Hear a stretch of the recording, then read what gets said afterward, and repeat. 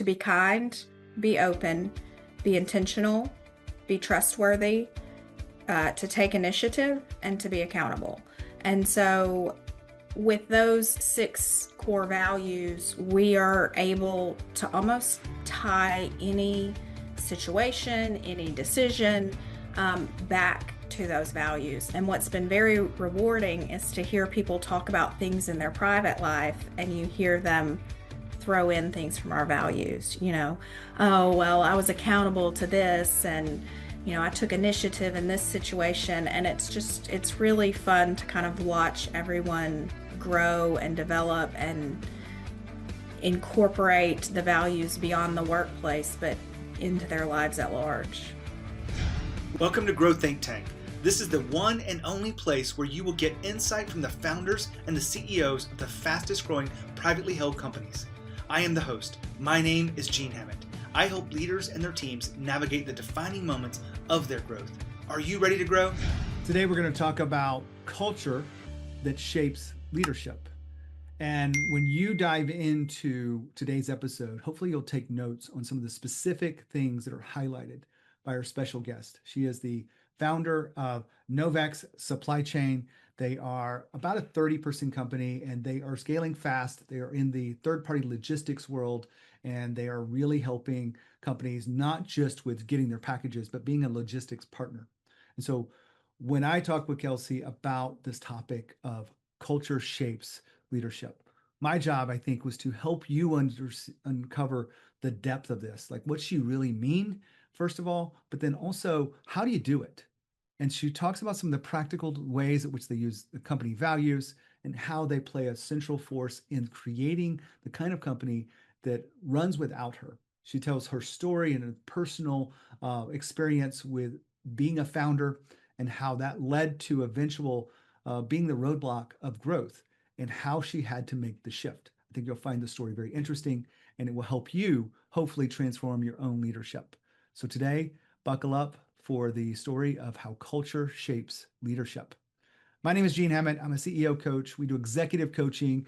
We do leadership development to help companies that are in growth mode continue that and to create the kind of business of their dreams. This could be creating the business that runs without you. It could be maximizing your value for sale. The funny thing is, those two are aligned in how you get there. Creating a business that is not dependent on your founder will give you a 30% higher multiple in your EBITDA. And if you don't believe me, go ask your friendly PE firms and experts about founder-led businesses versus companies that are very founder dependent. And you'll find the conversation is pretty interesting. So my job is to help you become a better leader, create a better, stronger company. And if you want to go deeper to this, we've got a special tool for you. It's absolutely free. Check it out at training.coreelevation.com. If you want to be a better leader, you want to figure out the mistakes that are commonly made in this journey and the 5 steps that we walk clients through to create the company of your dreams, make sure you go and register for free at training.coreelevation.com. Now, let's dive into the conversation with Kelsey. Hey, Kelsey, how are you? I'm doing well. How are you, Gene? I am actually very good. I'm excited. Just had my birthday yesterday, and so it's excited to be here with you today. Well, happy belated birthday. Thank you. You've been running a fast growth company for a while now, and we're going to dive into that and some of the core principles that have driven your success. So before we kick off, let's talk about your company, NovEx Supply Chain. Yes, so my company is NovEx Supply Chain. We've been in business for over 8 years, 5 years under the current branding of NovEx, and we are a bi-coastal third-party logistics company. So what we do is we do storage and order fulfillment for our clients. We have a warehouse in the Memphis area, and then we have a second warehouse that services the West Coast in Salt Lake City, Utah. And so we see ourselves as logistics partners to our clients. So we do more than just storing your product and fulfilling your orders, but we're that logistics expertise so that our clients can focus on their core business, product development, customer acquisition, all the other things that go into running a business. And we're the logistics, so they don't have to worry about it. Well, I am kind of curious, like lots of is happening in every industry with AI or I don't know how you guys have adopted it, but over the next 3 years, what do you see the biggest shifts going to happen inside logistics and supply chain? Well, the kind of hot topic in the news right now from AI and logistics is, the amount of job elimination that's going to happen from robotic picking and things of that nature. Um, you know, Amazon has announced a lot of layoffs. FedEx has had layoffs. And then most recently, there was something in the news about, some leaked documents that up to 500,000 jobs are going to get replaced by AI. Um, that is the future, obviously, like as the physical technology, catches up to where AI is, there will be opportunities to streamline positions and create efficiency. But from where I see it, there's still very much going to be a human element to everything that we do, especially for kind of the niche that we've created for ourselves at NovEx, where we focus on customer service. We're very focused on building a relationship with our clients, and robots can't do that. Robots cannot make sure that your end customer's box opening experience is, very personable. And so while the investment in technology is going to be necessary to stay competitive, we don't have aspirations of being a, fully robotic warehouse with no employees. The people element, our culture, those are things that are very important to us at Novex. And so we'll use AI and technology to augment what people are doing, to support the team, to make them more efficient, to cut down on errors, but replacing people in total is not an aspiration for us. I hope others take this approach too, because this is the way we're looking at it from our team. I am looking at not adding new people to the team if I can help it. And I am looking at amplifying the impact that we can make with our core strong team. And it sounds like that's similar to what you're doing with, with AI and new technology. Is that fair? Yes, that is our approach. You've got to embrace it, you've got to be a part of it. Um, but you don't want to lose that human piece. Well, let's dive into the human piece because every business that's scaling, I'm gonna say for the most part, maybe there's some exceptions, but has people and they add people because people have leverage and they add people with certain domains of expertise. And you've got probably a mixture of blue collar and sort of knowledge-based workers across your company. And one of the things that we were doing research on you and your success was the ability for your leadership to shape the culture of your business. Uh, Tell us a little bit more about how leadership shapes culture. It's To me, it's kind of the opposite. I think culture shapes leadership. So we made a push a couple of years ago to really put words and intentionality around our culture. So I'm the founder of my company, and my my values, my personal values, were the backbone of the culture of our company. But it was very implicit in the way that I managed the team and directed the work, but it wasn't explicit to where we could use those values to coach people, to hire people, to, lay out how we treat customers, and what the expectations are. And so a couple of years ago, we put explicit words to those values, and it has completely reshaped the way that we operate. It has changed the way that we hire. It's changed the way that we do any kind of corrective action. It's how we explain, projects and expectations, how we're gonna ship out orders and treat clients and deal with vendors and deal with truck drivers. It all goes back to our values. And it has enabled our team, even our, frontline individual contributing workers in the warehouse, to be able to elevate their leadership skills because they now have words to express what it is that we're trying to accomplish. Well, I'm glad you defined that for us because I have done hundreds and hundreds of interviews with people like yourself. I'm no longer surprised when they said, you know what, really what makes us is our culture, and a big part of that is the values that we hire to and fire to and everything in between. Um, we don't need to unpack your specific values unless you have one that you would like to highlight for us to give us an example of how it shows up across your culture and the leadership. Is there a value you want to kind of focus on that you feel like stands out above the others? Well, so we have six core values, so it's real Yeah. easy to run through them quickly, and they kind of all build on one another. But those are to be kind, be open, be intentional, be trustworthy, to take initiative, and to be accountable. And so, with those six core values, we are able to almost tie any situation, any decision, back to those values. And what's been very rewarding is to hear people talk about things in their private life and you hear them throw in things from our values, oh, well, I was accountable to this and I took initiative in this situation, and it's really fun to kind of watch everyone grow and develop and incorporate the values beyond the workplace, but into their lives at large. No, the values conversation. I really thought that would be my next book, but we ended up writing the book on tough conversations. But I have had so many people across from me in this video experience talk about the importance of values.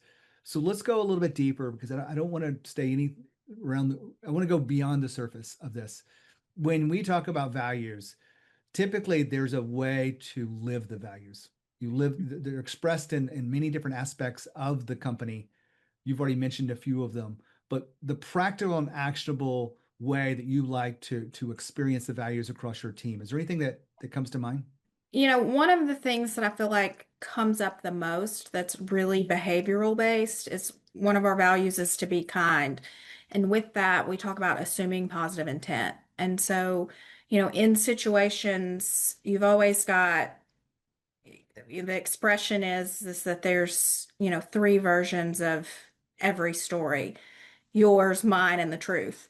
And that's where assuming positive intent comes in because two people can have the exact same experience and take two completely different perspectives away from it. And when we talk about assuming positive intent, it's taking that minute to just think about your reaction, think about your first impression, and ask yourself, okay, what if this is not what was happening here? What if, she didn't say good morning to me, not because she's mad at me, but because she just got a phone call about, something going on at her kid's school and she was distracted. Being in the warehousing world, some of our toughest employment challenges have absolutely nothing to do with work, and they are all interpersonal relationships. And so that's where the values become extremely important because, I can teach people how to do the work. Teaching people how to treat one another is something that you take for granted that has already been done in their lives before they make it into the workforce. And that's not always the case. And so, that's kind of been our mission in having a values-based culture is to be able to kind of set the tone of how we interact with each other. How we do anything is how we do everything. And that's been a big piece of it. Kelsey, I appreciate us going deeper into this because I like this one value that you're talking about, being kind. It's It, my shirt today is our Be oh, Kind that's shirt. perfect. Good timing. But I feel like people do grow and change, but values typically are connecting to a more natural state. If you take someone who is, a little prickly, a little bit closed off, they're probably they can learn the skills of what you're trying to do as a company, but they're not going to fit with the culture. Do you see it differently?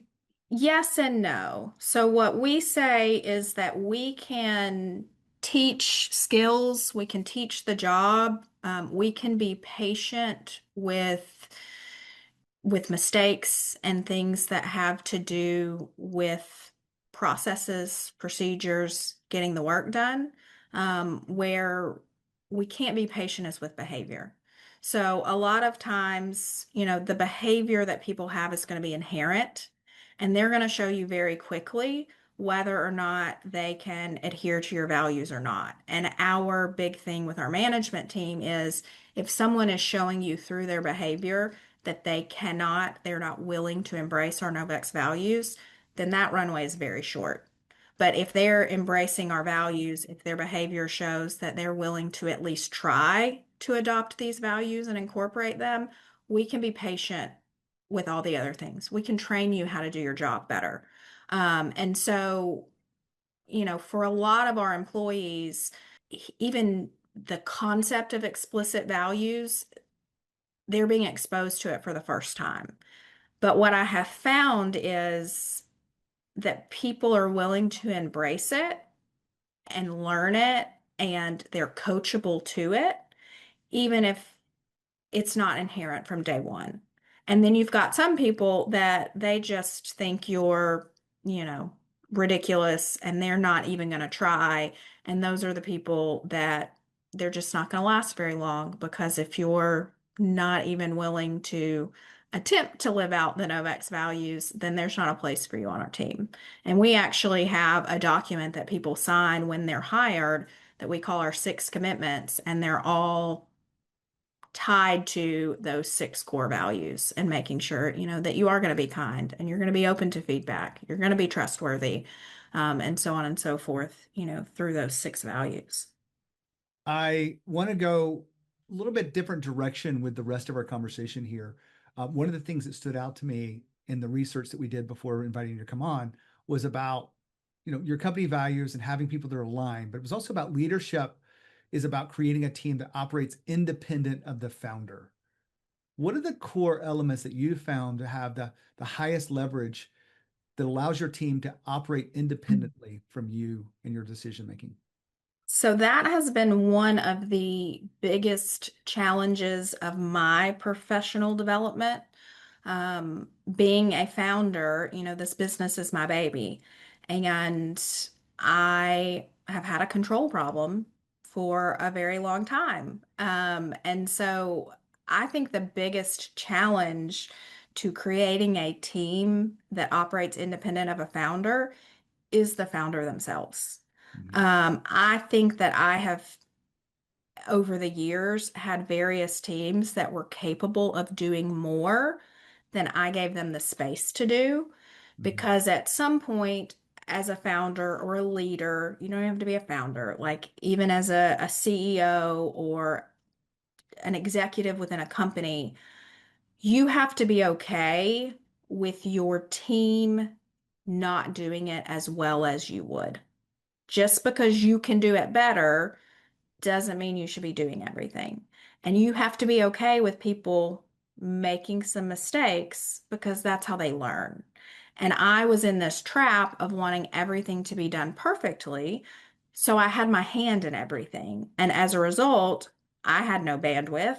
I was burning out. And my team couldn't grow because even if I said that I trusted them and I wanted them to do more and have more autonomy, my actions were different.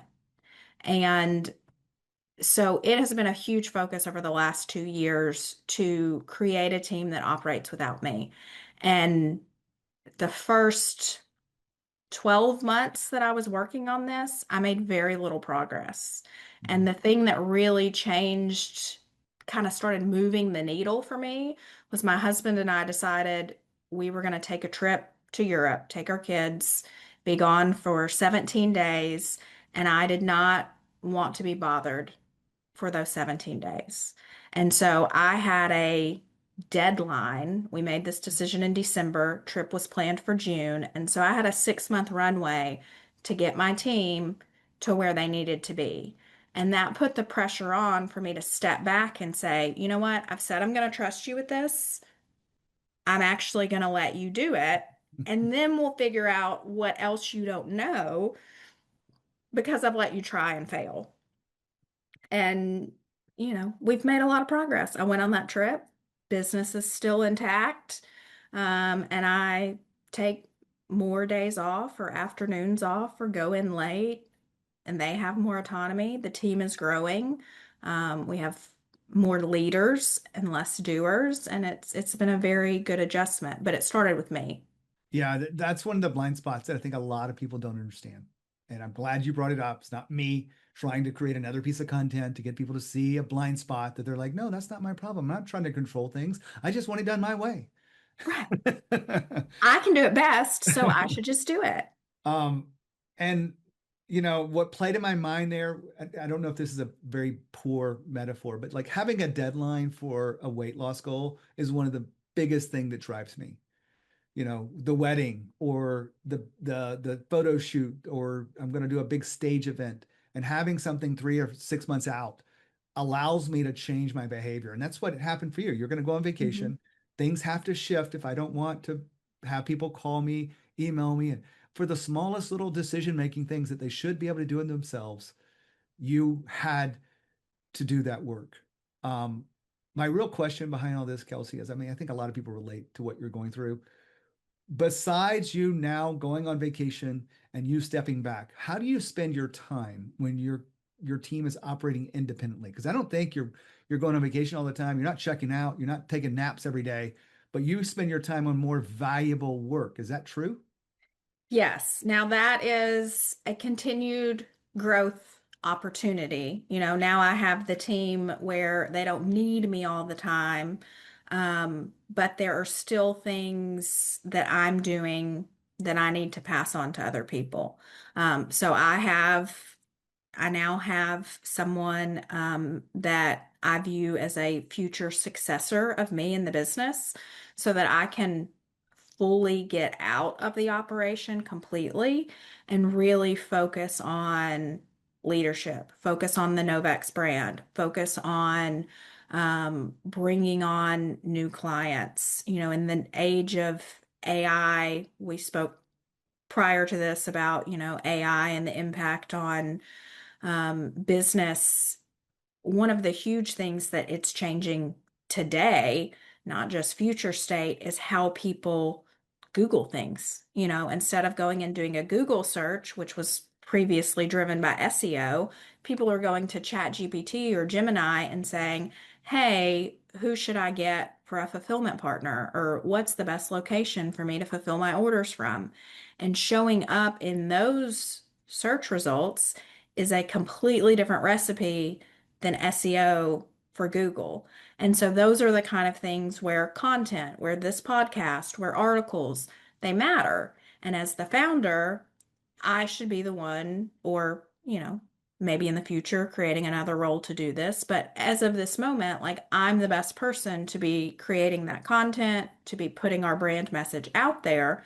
But I can't do those things if I'm still the one responding to customers and, you know, launching new brands and doing all of the operational things.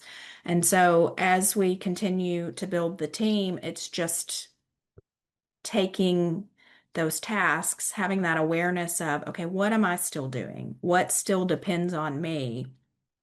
And who can I pass that off to? And so little by little, we're just breaking that down until what's going to be left on my plate are the things that I really enjoy doing. Um, and then, maybe someday it's nothing and I'm just on the board of directors saying, hey, y'all are doing great. Keep up the good work. Well, I can so relate to all of the things you're talking about, where your control, need for it to be right, need for it to be your way, gets in the way of growth. I've lived it. A lot of our clients, probably a lot of our listeners, Horace, have lived this. So I really appreciate you having the courage to share with us your journey. It's not always pretty. Sometimes it's really messy. Sometimes it's hard, but it's worth it from what I'm hearing you. Would you say it's worth it to create the kind of culture you have? Yes, it is. It's absolutely worth it. It is very hard work and it takes time.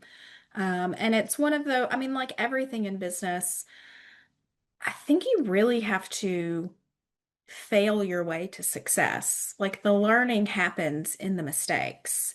And this has been, coming up on a 2-year journey to really pull myself out of the business so that I can work on the business. And there have been a lot of mistakes along the way. A key to being able to do that is having people in place that you trust. And it can take several hires before you find that person that you really feel like embodies not only the capabilities to do it, but also your spirit and demeanor and, really can be an extension of you. Because if there's any kind of values disconnect between you and the person that you've identified to kind of take those things over for you, it's not going to work because you're always going to have that fear level of, oh, well, I can't trust them with this. So you really do. You have to identify the right person, and that can take time. But it's worth it. It's definitely worth it.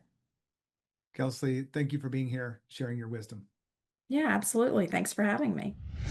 Wow, I really love this conversation, not just because she talked about culture and leadership of her company, but and sharing those stories, but the details she shared with us about the values and how they use them and how important they are to create the kind of culture they want and how that shapes leadership. We also talked about her journey of control and about how she had to learn to let go of her own standards and develop a team around her, because failing is a very important part of this, and to create the kind of culture that makes that possible and that people really want to lean into. All that was uncovered in today's conversation with Kelsey. If we can do anything to help you grow your company, scale your company, your best bet is to go to a free tool that we have called training.coreelevation.com. Absolutely free. It'll help you be a better leader. And if you sign up today, it will take you on the next step of your own journey and evolution as a leader and business owner. When you think of growth and you think of leadership, think of Growth Think Tank. As always, lead with courage. We'll see you next time.